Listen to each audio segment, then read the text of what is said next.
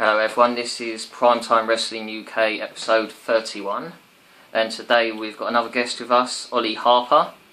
Hello, how you doing? You alright? Yeah, obviously you can't see Ollie because of these things playing up on there, set with his webcam, yeah, so all you'll hear is his voice today.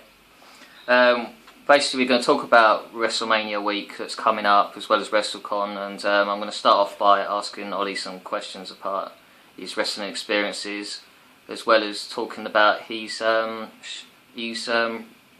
report. I don't even forgot what it was called. The guerrilla report, which he does. So first we'll start by asking Ollie some questions before talking about his show.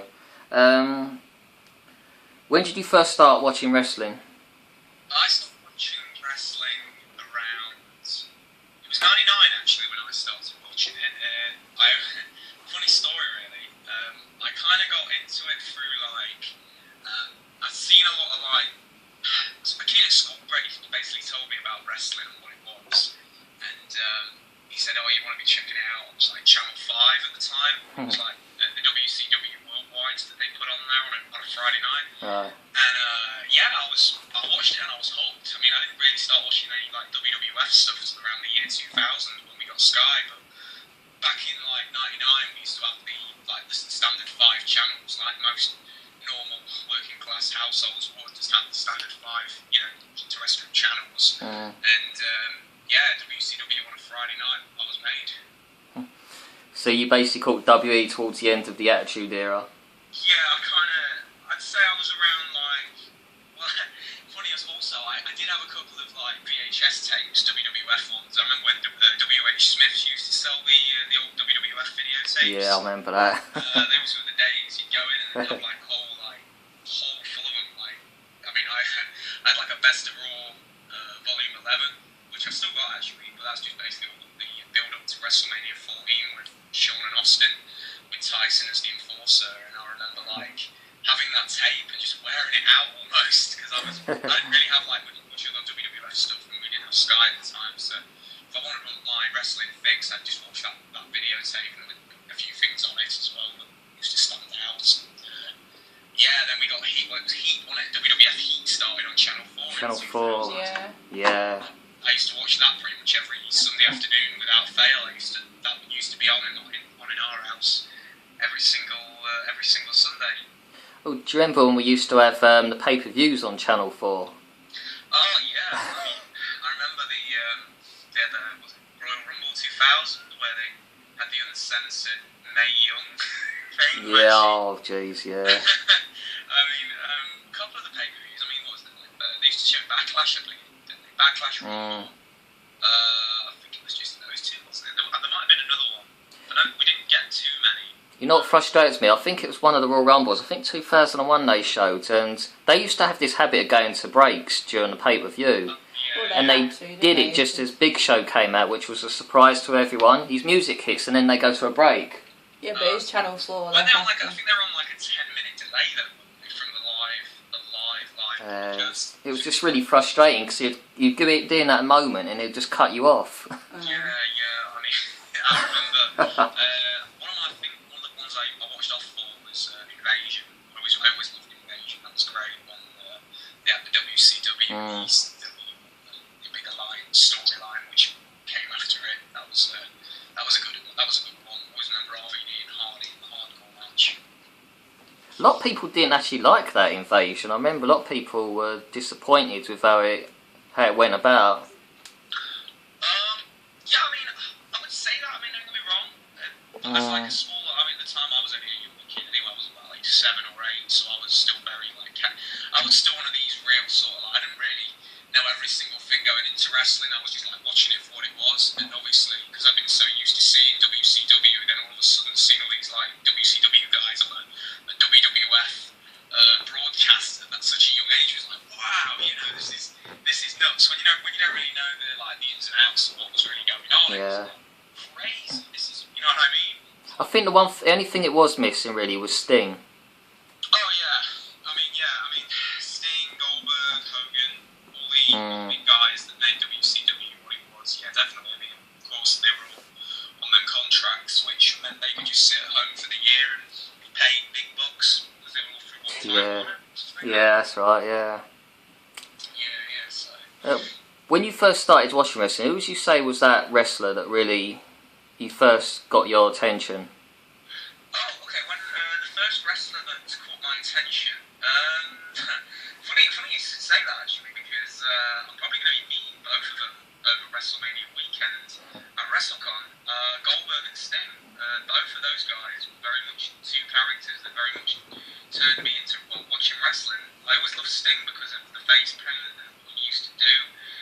He had a very the character was like an how can I say it really? He had a really good character which just drew you in. I mean, at the time when I was watching WCW, it was the Crow Sting, the Black Sting, and he just very cool. And, I always liked Sting, and Goldberg as well. I just loved what Goldberg used to do. How he used to just have these massive power moves, which were just like, whoa, it's good.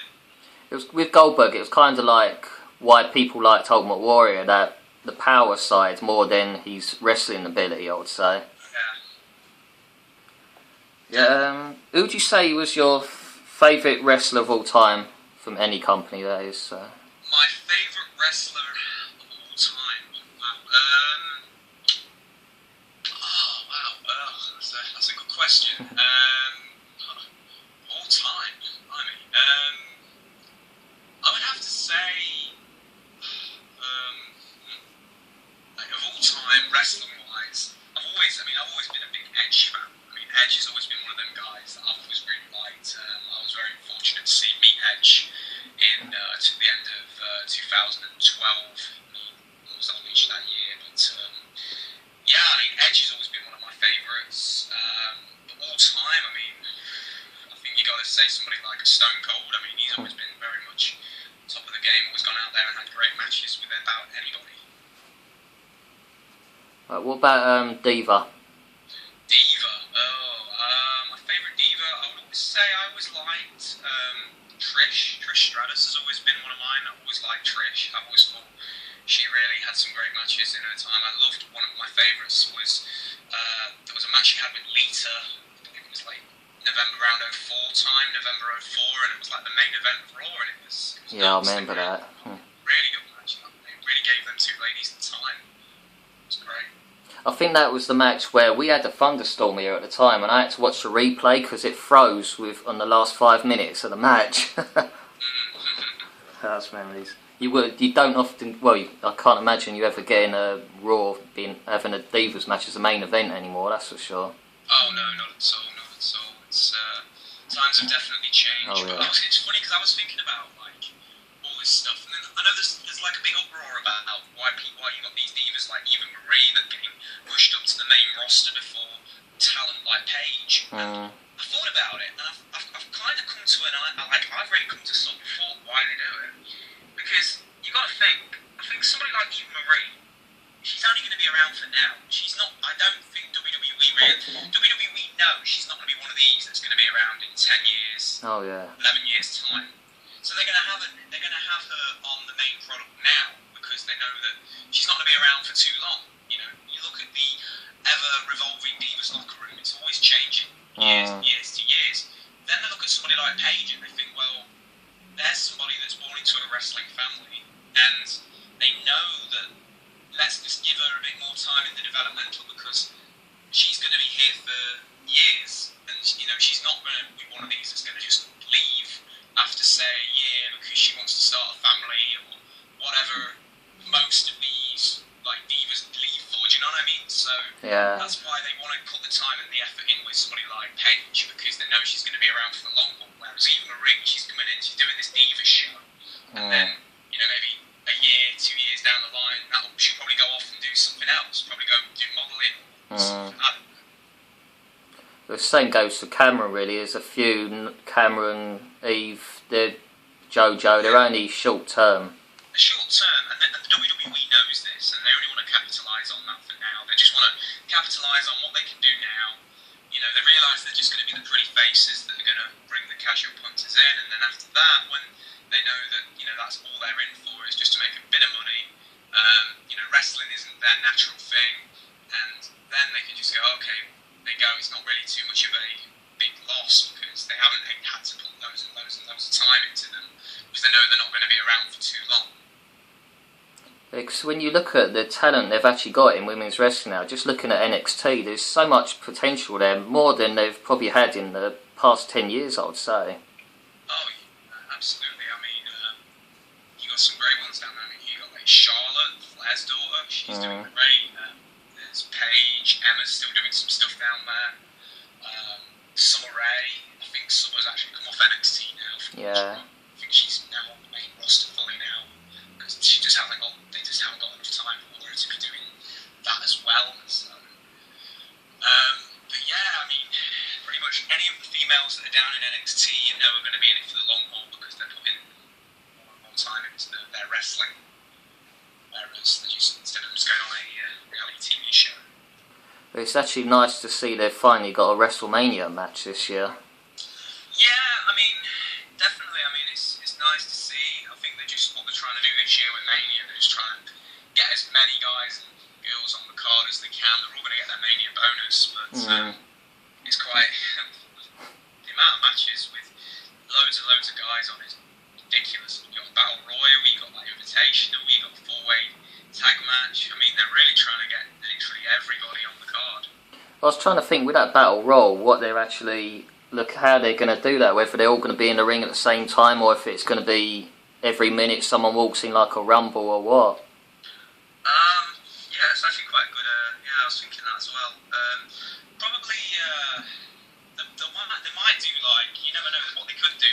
They might have like Kid Rock or someone, and then Kid Rock doing a performance, and then all the guys kind of watch the ring or something. You know, We've got those 3 people 30 guys, in that. so. Yeah, because I was thinking, cause they've still got 3 places left. I was thinking that the ideal would be, say, you had Warrior and Steve Austin in there, but you would want them to come out during the match, not just walk out there beforehand, sort of thing. Definitely. I think we're wishing a lot with somebody like Austin. Place would go crazy. I reckon Hogan's going to be in it. Trouble is, if Hogan's in it, everyone knows he can't take a bump, so he would have to win it because he can't be thrown over the top rope, can he? Surprise me if Hogan wants to have some kind of moment where he comes out, tears his shirt, you know. Well, he's been training just in case.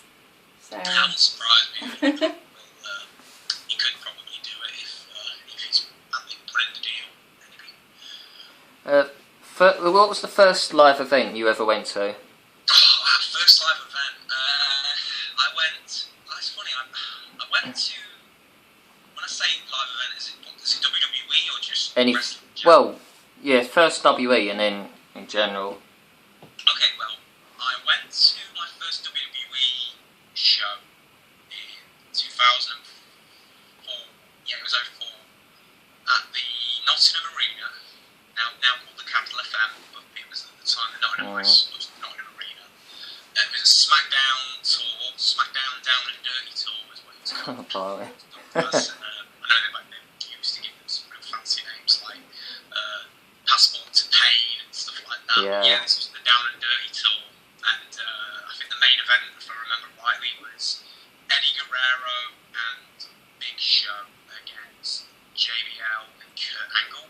And I remember Eddie coming out in a England football shirt and getting a right pop off the crowd. And I remember like the first match, I think, because at the time I was only a young kid and this was my first E-show, and I was going nuts. I mean, the first match was like Rico and Billy Kidman or something. It was just something random. I was just going nuts the whole way through, like shouting, and my mum was like, "How do you know all these themes?" Like the theme would come on and I'd be yelling who it was, and my mum would be like, "Bloody hell, we know everybody." I'm like, ah. So, you know, it was good. They did like a bikini contest in the middle and stuff. Yeah. That was the good old days of the Divas, wasn't it? Days, yeah. Right, wrestlers. I was going to say, have you met a wrestler? But I know you have. You've met loads. Who would you say was your favourite experience out of all the wrestlers you've met?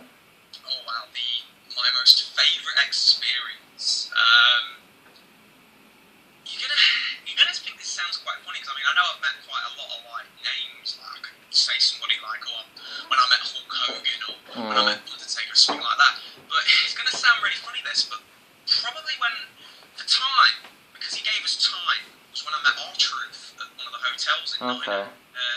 He was so laid back, and he came down to the coffee room, and he was around talking to all the fans for like 20 minutes, and he literally gave his own time to the fans. And you know, I think I went up to R-Truth, I was like, hey, what's up? And he was really, really nice, really friendly, and he gave us the time. He gave us just, you know, really, really good experience. And we were like talking about, like I was talking to him about when he was K-Quick back in the day.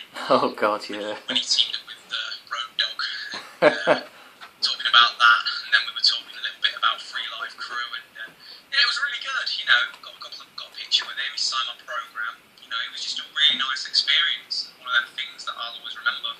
It's funny how your best experience always has a habit to be with mid-card or lower-card wrestlers. They appreciate more, don't they? Oh, absolutely. I mean, you know, you can always say, oh yeah, when I met Hogan, but then I'm thinking, Yeah. part of me thinks, oh yeah, Hogan was nice, don't get me wrong, but of course he's nice. He knows I've just like put $100 in after, you know, meeting him. It's like, yeah, of course you're going to be nice, aren't you?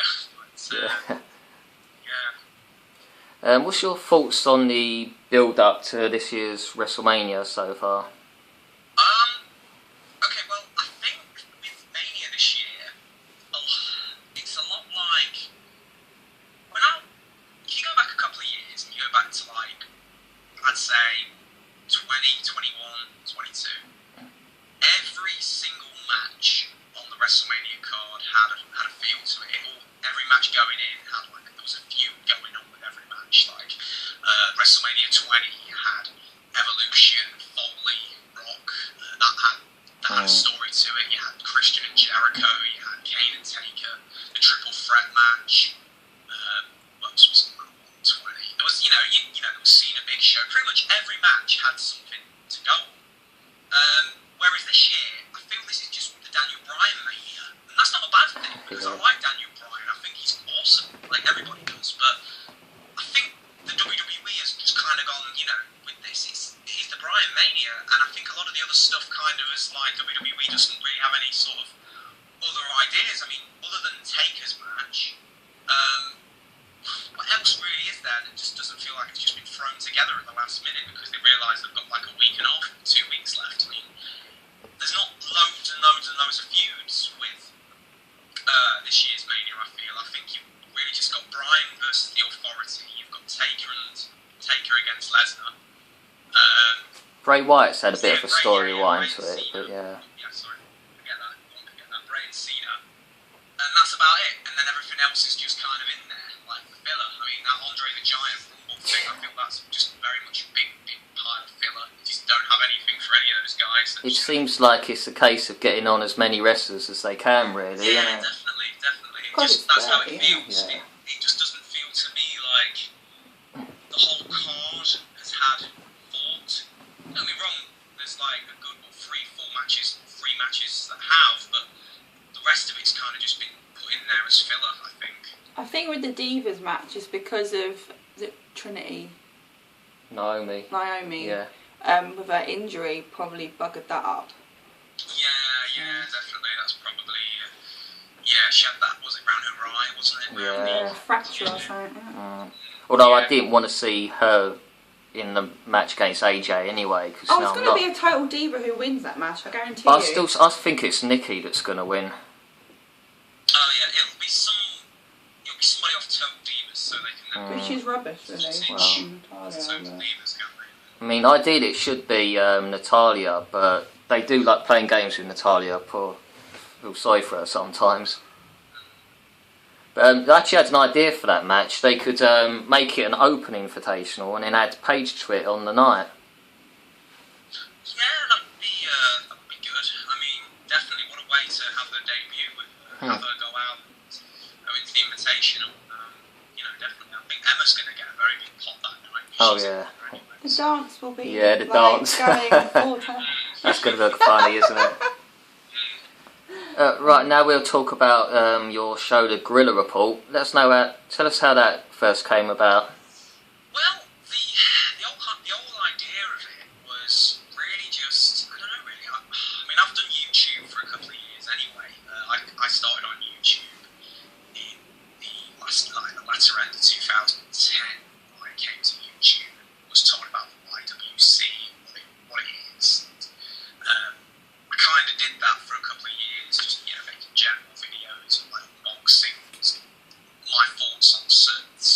And don't get me wrong, that stuff's great, and I'd still like to try and do that little bits here and there, but I think over time that I wanted to try something new and something that's never really been done before. Like from a fan's perspective, you know, a fan doing a show and getting wrestlers on is quite unheard of in a lot of ways. People would feel like, wow, you know, you've actually gone out, spoke to these guys, doing whatever, you know, email, whatever, and then got them on and, you know, talking over Skype, and it's like, you know, and over time, you know, like, the first guy I worked with was TNA's former TNA star, Mark Haskins. Have you heard of him? Yeah, he's been on the tour a few times, yeah. Yeah. Well, I had him, which was pretty cool. And after that, we had Joey Legend, Renee Dupree. I'm trying to think of some of the ones that had bigger names. I've had Al Snow, which was pretty cool. Worked with Al Snow on occasion. The Genius Lanny Poffo. The last one we did was with Tyler Brex, but yeah, it's just pretty much like a way of doing these like interviews, and I really that stuff kind of interests me doing, and it's like over these next couple of months, I'm looking to really kind of take it to more kind of like a podcast kind of thing. So, we'll see. Yeah, I mean, I know when I saw you had Rene Dupree, I thought, blimey, that's impressive getting him on there. Yeah, he was a tough one to get at first. It was kind of like I had to really sort of persuade him to do it, but because he was kind of saying to me that he gets a lot of these requests apparently. And, he was saying, you know, don't ask me anything silly because I will cut the interview, and I was like, okay, you know, it's kind of like pretty much he was just saying, you know, one of the things he did ask was like, oh, who have you had already? And I would say, well, I've only had like these two people. He's like, oh, okay, well, yeah. And then I think at first he didn't really want to do it, and then over time I kind of persuaded him almost. And yeah, hey ho, we did one with him. I know ideally I'd love to do a few with some of the wrestlers during the WrestleMania week, but you know, it's potluck if you see them on the street or something, you know, it's not an easy one. I know, I think like with the WWE, I think there's a lot of like doors and stuff you have to go through to even get anywhere near any of them guys. It probably cost you a few quid as well. Oh yeah, absolutely. I think any of the talent that's under contract to WWE are definitely going to be looking at, you know, spending money as well as having to go through doors in Stamford to get anywhere. I think near any of that stuff. But I think WrestleCon would be a bit more ideal in a lot of ways if you wanted to try and get something like a 10-minute interview with somebody off one of the vendors. As long as you explain yourself beforehand. Yeah, especially if like one of them's not busy at the time or anything. Like on the Sunday, that's probably a good time. Yeah, definitely. I mean, who we got there? There's a few in there. There's Jarrett. There's quite a lot of names. And the Steiner brothers been announced now. Yeah. How much did they charge? Because I saw you put that up the other night. Yeah. $60 for a combo. $60 for a combo, apparently. Yeah. $60. Yeah. For both of them. Is that with the pair of them? Yeah. That's not bad. No, it's about 40, I think, individually. They're actually a bit cheaper than the Dudley Boys. They cost me $75. They did. That is a lot. I mean, Yeah. $60 to meet the Steiners would be pretty cool. It's just that it's so late that they've announced that. Yeah. Everyone spent their money. I can't buy anything in advance for them to sign, so I'm going to literally have to hope for the best and hope they've got something on the day. You've always got the encyclopedia. Yeah, true. Yeah, there is the encyclopedia. Sometimes with certain guys I like to try and get something that I can get in a like, frame up and stuff. Oh, okay. Like, my walls are pretty much decked out with pictures. Bit like yours. Yeah, a bit like mine. Yeah, you should see my room. If I can ever get this webcam back on, it'll Yeah. show you. But yeah. It comes a point where you can't find any more space on your wall, doesn't it? Oh yeah, with my room it gets to the stage where I'm very much in a position where I'm having to take stuff down to put new stuff up, kind of thing. I'm having to like put stuff in like on shelves and stuff, just so it's like I'll get that back on eventually. But yeah, definitely wall space is quite an issue. When do you plan to do your next gorilla report? Do you know yet? My next gorilla report, you know what? I'm looking probably to be some time when I get back after WrestleMania. This next week's going to be really busy, and I don't, at the moment, know when I'm probably going to do one. I will give 2 exclusives out, though. Okay. I've been in talks with former WCW star Sean Stasiak and former TNA star Homicide, so... Oh, cool. Yeah, so... Then you never know. Nothing official yet, but you never know. Just keep looking out on the Facebook page, Gorilla Report on Facebook. So some cheap plug right there. But yeah, you never know. You never know who might be on the show next. I mean, Tyler Rex was quite a surprise. I mean, just hit him up and You could ask. made time. That's one thing I always like about them guys. The ones that do come on the show are very genuine because they've always made time, and that's what's nice. You could get Chris Hero or something. Ask him at WrestleCon. Yeah, I mean, Maybe. there's Hero. I mean, there's a lot of guys. Some of them are a bit like busy and small. You might send them a message, and might read it, and they'll actually get back to you. Some of them, don't probably want to do it. Some of them just will say, "Hey, what does it pay?" It's like, what? Yeah. No. Yeah, you can't. You're not exactly in the business to pay people for it. Exactly. I mean, that is exactly right. I mean, I don't make any money off that show at all. Yeah. But people think I do. I think people think I do, but I don't really. I mean, from who I've had on there, I mean, Al Snow was free. They've all been free interviews that they've just done on their own time and their own backs, which I've always appreciated. But really, you're not fussed about making money because it's about having that opportunity, to be able to actually interview someone. Not many people get to interview Al Snow outside of the wrestling business itself. Yeah, exactly. And it gets them out there as well, kind of thing. Oh yeah, absolutely. I mean, I definitely would say that. I think that I interviewed Al Snow around November when he was around the time. Funnily enough, when I interviewed Al Snow, it was around the time WWE was in the UK for their November tour. It was that week that I interviewed Snow. And it was good, yeah, it was really good. It was like a 45-minute interview, but it went really well. And that's on my that's on the channel now if you want to find that out. If anyone here just wants to give that a watch, go to the channel, it's on there. Gorilla Report on there, but I'm sure I'll give you a link. Yeah, because you had Alpha Female on there as well, didn't you, not long ago? Yeah, that was one of the early ones I did. Alpha Female was around like August last year when I first started doing them. She was nice. Just around the time before she went to Japan. Nice lady. Just kind of talking about what she was getting up to in Japan and stuff. And I know she's kind of gone off and done quite a lot of good stuff. She was on TNA a few months back, which was good. So definitely, it's definitely cool when you can get these guests on and then next minute they're on TV. It's like, wow, you kind of get a bit of a reality show. Wow, they just all of a sudden blow up on TV and it's like, oh, wow, it's very cool. I remember one guy, David Richards, who I was so close to getting the interview with, and he was like, yeah, we'll do an interview, cool beans. Messaged him, this was when he was in the UK, and he said he was going to do it, and then never came online, which was a bit annoying, but then about 3 weeks later, I find out he's in TNA, so it's like, okay. So I'll let that one go, that's okay. Yeah. Let it go. Right, you're obviously, as we know, you're going WrestleMania next week. You're doing WrestleCon. You've done WrestleCon before, haven't you? Yeah, I did WrestleCon last year in New Jersey. For people like me who it's the first time going WrestleCon, let us know what it's like in there. Sure. Well, I mean, pretty much with WrestleCon, it is a lot more laid back to access. I think that's one thing that a lot of people don't realise. It is a lot more of a laid back sort of deal.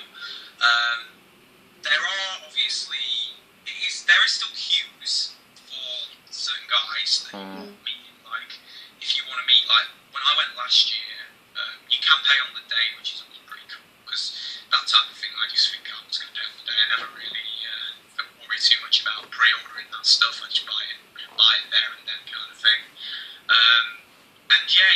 kind of, you go in, as long as you've got all your PayPal receipts and your pre-orders, which you've got, just go up to the vendor, whoever it is. I'm sure normally they would have your name on a list.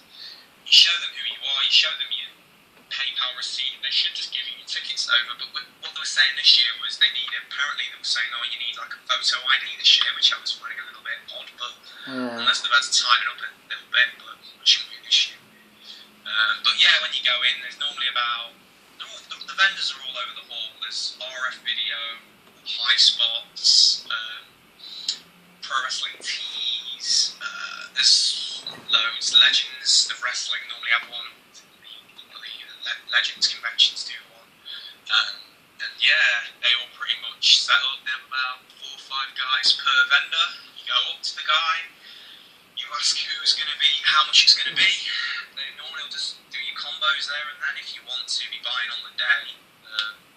They normally say to buy in advance, but you can pretty much meet who you want to meet even if you haven't bought in advance. I think they just do that to try and push a bit of extra cash before the day. But they're not going to turn your money away. Let's just say that. Yeah, I've bought all of mine already because I didn't want to blow what money I do take out there by Saturday. Yeah, definitely. I've got to pay for a few. Yeah, we still got to pay for. I've still got to get Demolition out there, and Angelina Love, people like that. Yeah, but last year, I'll tell you, when I went last year, the first guy I met was, well, obviously I paid for the Hulk Hogan experience last year, which was pretty cool.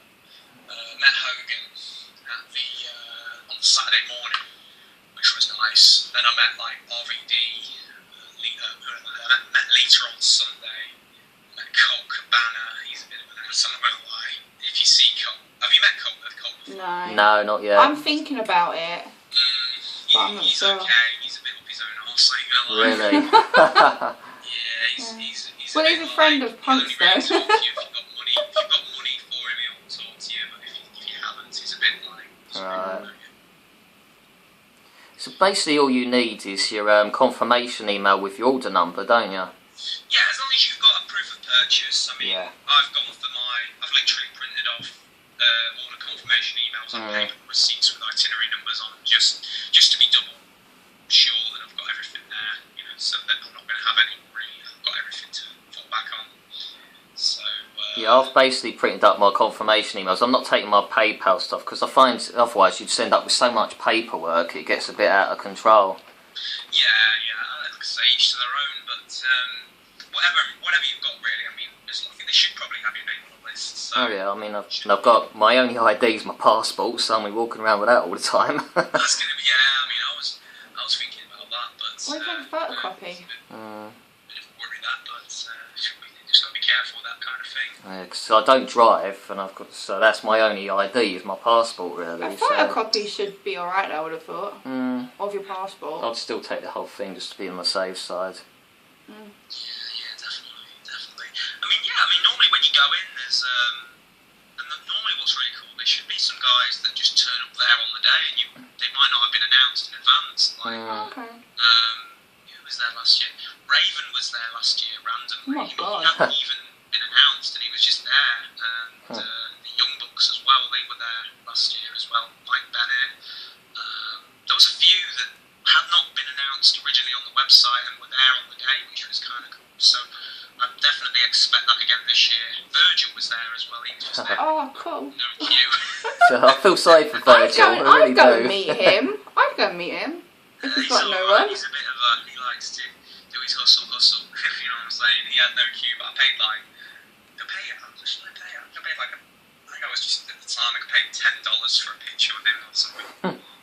But yeah. I've seen many of those pictures of him sitting on his own with no queue. I feel sorry for him. Yeah, he tries to get you into a conversation when you see him. If you go over and be like, hey, he'll be like, hey Mel, you right? Can I get you guys a picture? He's like trying to make you pay like some stupid amount. And I just wasn't I've read a few like things online about what it's about, and I wasn't going to fall into that trap. So I did get a picture with him because I thought it was just for the comedy. Yeah, the crack of it. Just for the laugh, yeah. Just saw him, I was like, let's get a picture with Virgil.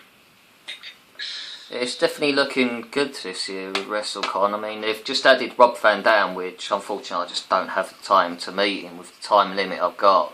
Yeah, turned the whole wrestlecon thing around over like the last couple of months. I know a few months back everyone was saying, oh, they've not really announced that many people. It's not looking as good as the one in New York and all this. I mean, New York was its own animal because it was where it was and they were just getting the names in. But I think, to be honest, the New Orleans WrestleCon lineup isn't too bad actually. I think it's for who they've got now, it's not too bad actually. Because it was supposed to be Hogan and Sting together, wasn't it, originally? But then Hogan decided to go with WWE. Yeah, exactly. That would have been so good. That would have been pretty cool, wouldn't it? Getting a picture with Sting and Hogan. Can you imagine the queue for that though, if it was Hogan and Sting together, blimey. Well, yeah, I mean, that would have been... you can just imagine. I know a lot of people have been put out with that Sting thing because he's not in face paint, but... Yeah, he wasn't over when he came out, when he was doing these Q&As. I think it's part of the deal that he doesn't do blackface paint. He doesn't like to, apparently. Is he not? No. So have you... you guys have met Sting, and A few weeks ago. In Camden, yeah. So, that's good. But yeah, I mean, he wants to meet, I guess, want to tick off the list. Sting's, as I said earlier, Sting's a big name to meet, so... With regards to Kurt Angle and Dudley's, what do you reckon the queue would be like for them? I think they'll have fairly big queues. I mean, you got to realise. I mean, the people that bought pre-orders are going to be getting C2 first, so then much your general guys that are going to turn up on the day will just go. But I mean, Angle had a fairly big queue on last year. I mean, everyone kind of everyone gets their time with Angle. I mean, give time. I mean, you got to realise WrestleCon's on till like 5 days, so they're going to give plenty of time. They're going to want to get as much money out of people as they can, so they're going to do what they can to keep letting the money flow. With regards, they let you in for people that pre-ordered the actual entry tickets at 9 o'clock. Do they actually start the thing at 9 for those people they let in? You know what, I don't know. I normally turn up later than that. I mean, last year I turned up about 11 on both days, so I don't really know anything about that really. I just kind of buy them on the day and turn up and go with it. Basically, I'm going to be there from 9:30, and I've got to leave there at 12:30 because of access, and I've basically just got Kurt and Dudley's to get through, so that'd be enough time, wouldn't it? Oh yeah, you should be fine. I mean, I was there an hour and a half to 2 hours last year on the Saturday morning, and I met Hogan, RVD, Maria, Terry Reynolds, Virgil, Cole Cabana. Met about six people on that day. That's good. And then on the Sunday I met Lita, Brett, Warrior, and Deborah. So yeah. See, Ultimate Warrior's one that's eluded me all these years. I still need to meet. You might get him over here, don't you? Yeah. I achieved one ambition of meeting Stephanie McMahon at SummerSlam. Now it's just the Ultimate Warrior. I've seen that picture. It's very cool that you met her. Eddie McMahon's very cool to me, I would say. Yeah, it's not an easy task, that one, that's for sure. No, not at all. Anyway, I'm going to finish the show now because we're coming up to about 40 minutes. Thanks for being on, mate. Oh, you're very welcome. I would like to say I'll put it back on at another time. Yeah, well, I'm going to do some interviews while I'm out there, brief little 2-3 minute interviews, and then mould them into one video sort of thing, like a WrestleMania experience. Yeah, sure. So, yeah, we'll do that. Anyway, that's the end of our show this week. We'll be back when we get back from WrestleMania with quite a few videos. So, speak to you all soon. Bye. Bye.